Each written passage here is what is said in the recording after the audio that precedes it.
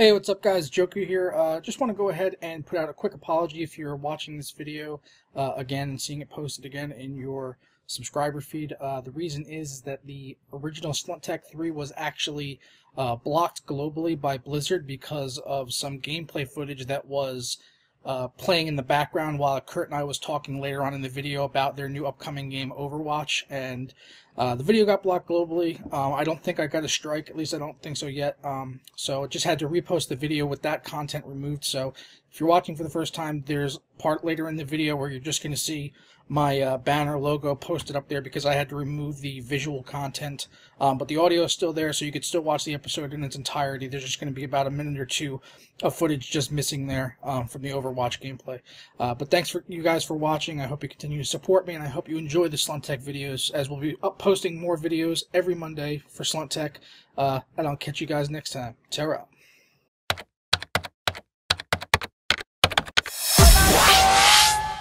Hey, what's up, Slunt's Joker here. We are back with episode 3 of Slunt Tech. As always, I am joined by Kurt. Hello, and welcome to another episode. Thanks for checking back. Indeed, indeed. We are back after a long week, but hopefully, trying to keep consistent with the weekly uploads on Slunt Tech, and I hope you guys do appreciate it. I hope you're enjoying the show. If you do, show your appreciation by sticking a like down below. Go ahead, jumping right into our first topic of the week. A little bit different for the channel. I usually don't talk about movies, but I'm a huge film buff / cinephile, whatever you want to call it, as is Kurt, right? I am. I'm a big movie buff. Yeah, both of us. I mean, if we're not talking about games, we're pretty much talking about movies or frame rates. Those are basically the three. That's basically it. Other than that, I know nothing about his life besides graphics and frame rates. Yeah, I know about frame rates in movies. Besides that, details of his life are quite inconsequential. Little Dr. Evil action. But in film news this week, obviously, Interstellar just came out from Christopher Nolan, director of the Dark Knight series of films, Inception, The Prestige, Memento. Just absolutely brilliant filmmaker, writer, director.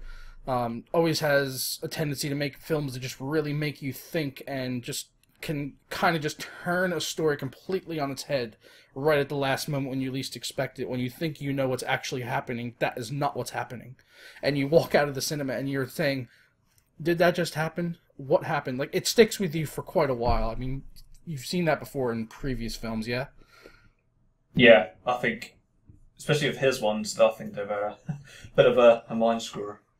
Yeah, definitely. I had to go back and watch The Prestige after seeing this, and I hadn't really given that movie its just due when I first saw it, but I just watched it last night really with an open mind and thinking about it as a Christopher Nolan film, as I wasn't aware of him really when the film came out. And it was fantastic. And Interstellar was, in my opinion, probably his best film. I mean, I walked out of the movies, I really felt like I had been on an adventure. It was that good. Like, I thought I was in outer space, and I got out of it, and I was just like, wow, now I have to go back to my mundane, everyday life. Here is really gravity. Where did this come from? Yeah. Yeah, and it really, I mean, it's like Gravity, 2001 Space Odyssey, and Inception all had a three-way, and its baby was Interstellar. That's the best amalgamation Synopsis. I could possibly give with this film. That's basically what it is, without giving any spoilers away whatsoever. That's what it is. And it's absolutely fantastic, and I suggest getting out to see it in cinema as soon as humanly possible so that you can avoid the spoilers, because they are out there.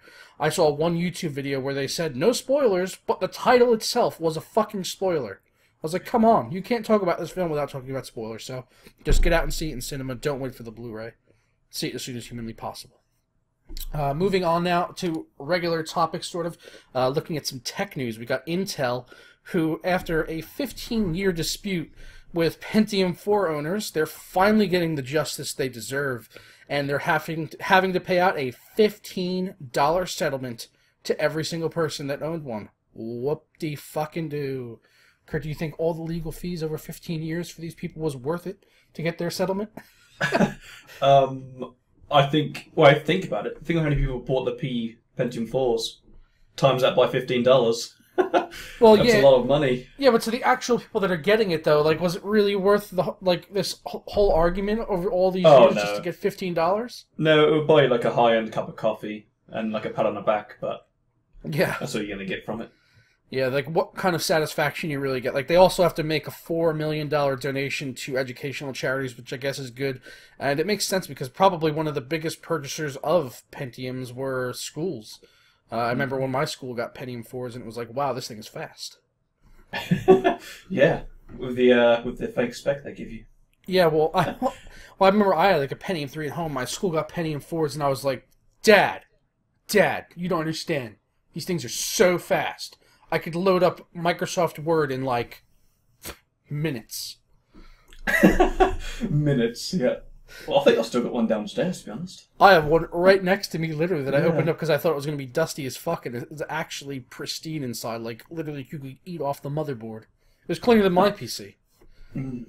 But I think that has to do with a lot with the cases.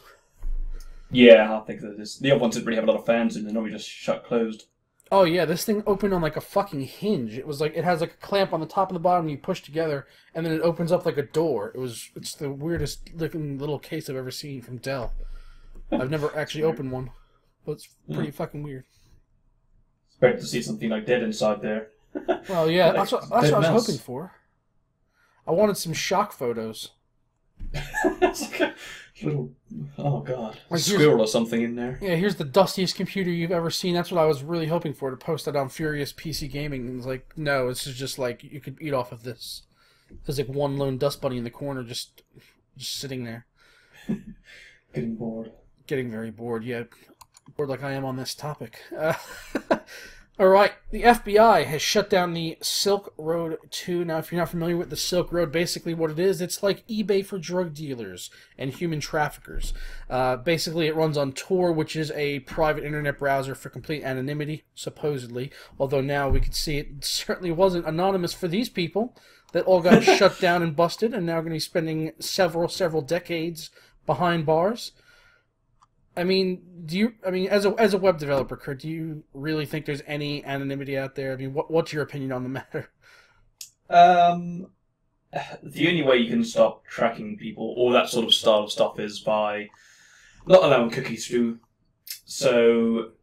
or deleting them. A bit like what Chrome does with its, what do you call that mode? Incognito mode. Right. And obviously VPNs and IP blocking. But at the end of the day, it can be traced back.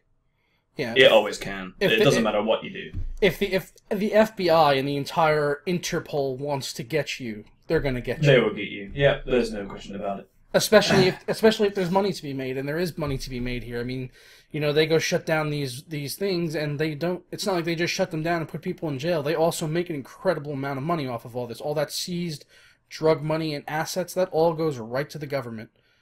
And that's why they do it. I mean, the last bust for the first Silk Road, I think it was like 17 million bitcoins that the American government had seized, and then they recently sold to a private person entity. I can't remember. I don't think they released his name, but they basically sold off all those bitcoins. So that's all money that just went back into the federal government, which they can use for whatever, seizing more drugs and bitcoins that they can then sell and make money off of. And it's not like this stuff is just going off in some imaginary warehouse somewhere and they're just storing it up. Like, yeah, we're just going to stack all this money here. Like, no, they're going to go out and buy fucking sweet-ass police cruisers. Yeah, like you want ones in Dubai. There's like Lamborghinis and stuff. Oh yeah, they're amazing. They also just announced there was some new Ford police cruisers out that like where the cops are all watched like basically 24/7. So hopefully that'll cut down on police violent crimes on actual people that aren't doing anything wrong. But fingers crossed. You never know with the American government. This is true.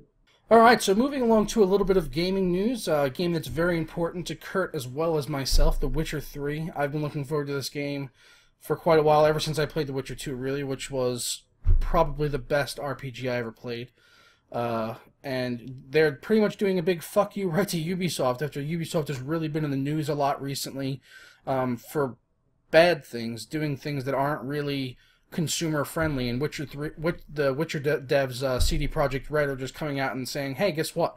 We're going to give you all of our DLC for free, or at least 16 free DLCs, and they're going to be releasing them weekly after launch. And whether they're going to be doing expansions later on, still remains to be seen, but they're going to be doing a decent amount of content.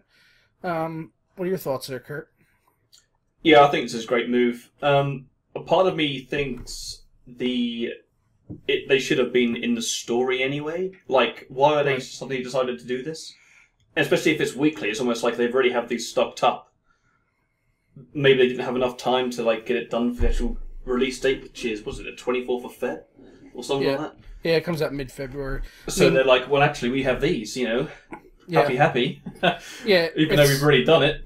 Yeah, it's the point is, it's sort of like the double-edged sword. It's like, well, are they really being that generous and giving us 16 free DLCs?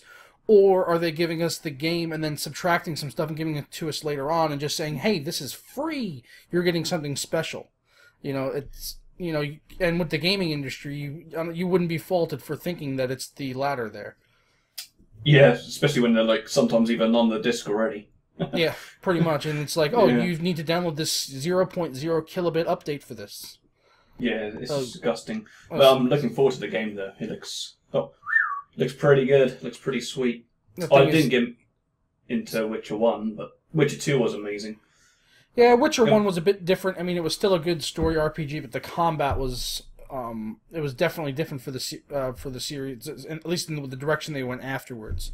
The second one was definitely a lot more action-oriented. You were rolling around, and you had free control over your sword, whereas the first one was almost turn-based, really. It wasn't turn-based, it was timing-based. It was kind of odd.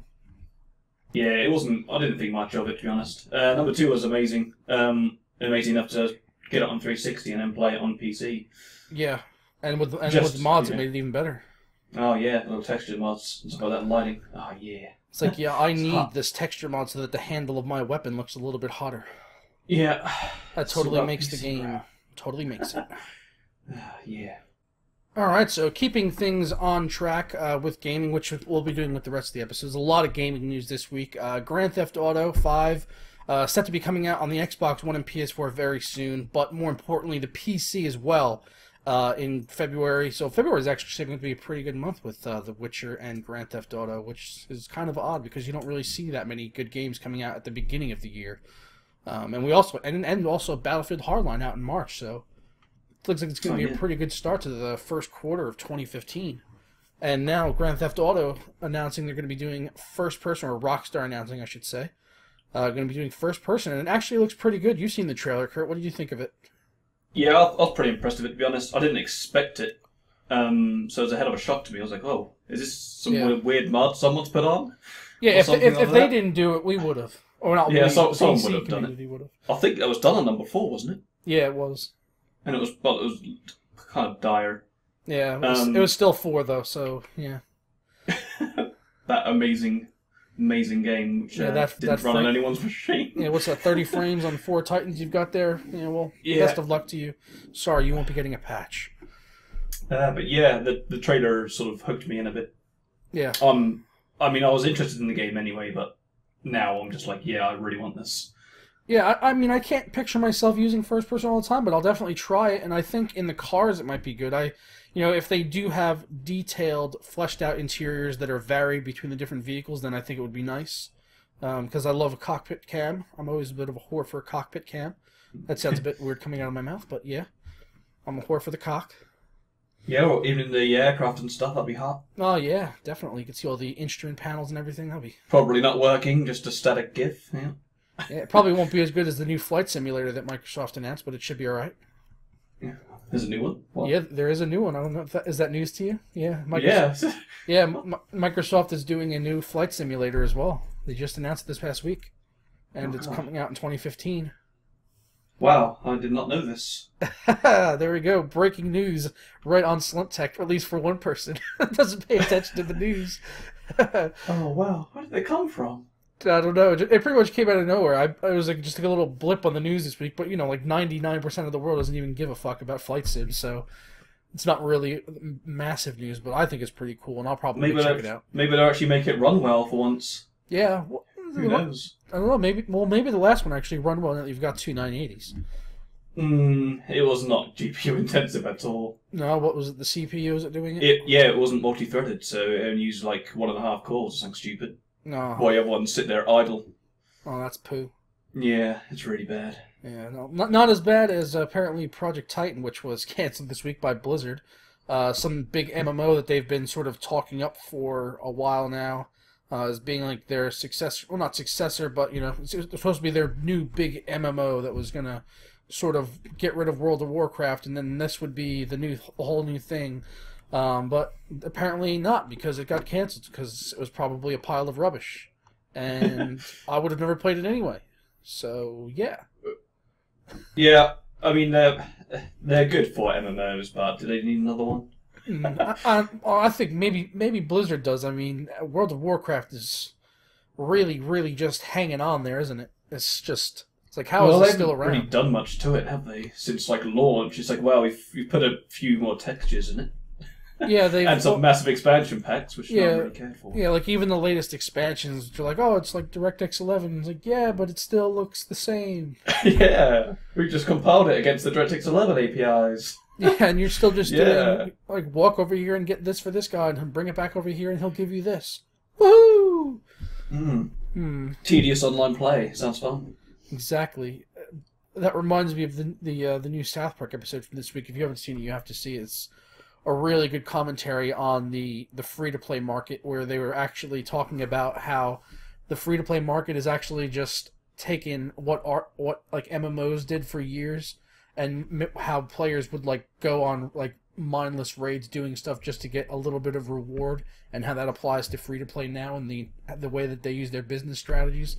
And it was actually a really good commentary on it. I suggest anyone that hasn't watched this week's South Park, go ahead and check it out. Absolutely hilarious.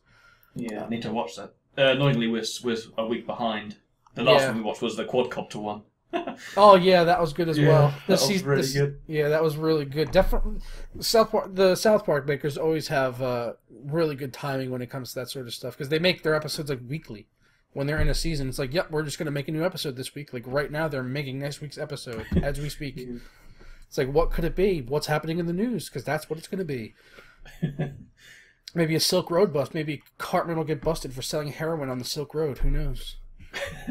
That'd be cool. Anything can happen. But also, keeping on the topic with Blizzard, Titan was canceled. The MMO, that's gone. That's wiped. But somehow, they've taken the engine and what was left of it, and they've managed to turn it into a game called Overwatch, which is going to be a online-only first-person shooter. Supposedly, I guess, going to be kind of in the competitive scene. So maybe it could be good for, like Twitch streaming and stuff like that. It looks like it could be okay, and, Blizzard does have, a good track record of turning out quality games, depending on your opinion of Diablo 3 withstanding. Blizzard does have a pretty good track record. I think it might be alright. Decent 6v6 multiplayer shooter, because the world needs more of those, right? Yeah, totally. Did they come up with what it was actually coming out on? No, I don't think they did, but I would imagine at least definitely PC, and then I would guess if not PS4 and Xbox One at launch, probably later on. Yeah, they better not put out on the old consoles now, because it would just hinder them. Yeah, they basically haven't released a whole lot of information yet. They had one gameplay trailer and one cinematic trailer, and they basically said there's a beta coming in 2015, and that's basically all we know at this point. But it looks like it could be interesting, and based it is Blizzard, and I'll definitely check it out. It could be good, could be bad. It'd be nice if it was like multiplayer was cross-platform. Oh, that'll never happen. Yeah, that'd be nice. Not for them, it wouldn't. Oh, yeah, good point. Not in a first-person shooter, they wouldn't have a chance. Not a chance. Yeah. All right, but we're going to go ahead and close out the week. One more thing is Call of Duty Advanced Warfare. We've both been playing it this week, single player and multiplayer. Personally, I've been enjoying the multiplayer. I think they've made just enough advances to the series to get me to play it for about a week, and then I'll be moving on to whatever comes out next week. Yeah. So, basically successful Call of Duty title in my book. Definitely not as bad as Ghosts. What were your thoughts? Do you think they made enough advances in the series to bring people back? It's a weird one, because I don't really know what they've done this time around. It's different. It feels like a Call of... It feels like a Call of Duty game, but it feels like a really good Call of Duty game.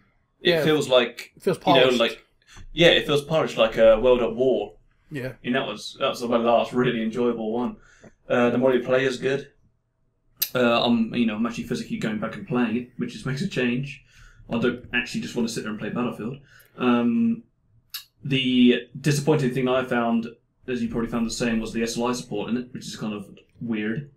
Well, the SLI, since they released the actual profile for it, has been okay for me. I've been getting pretty solid performance. Oh, I mean, it's still bad for me. I'm dropping into like the 90s, 80s with 2 cards. Oh man, poor you. I know, 140 on one, and it's 90 or 80 on 2. It doesn't make sense. I don't know. I don't know how you live with yourself. I don't. That's the problem. It's a first world problem.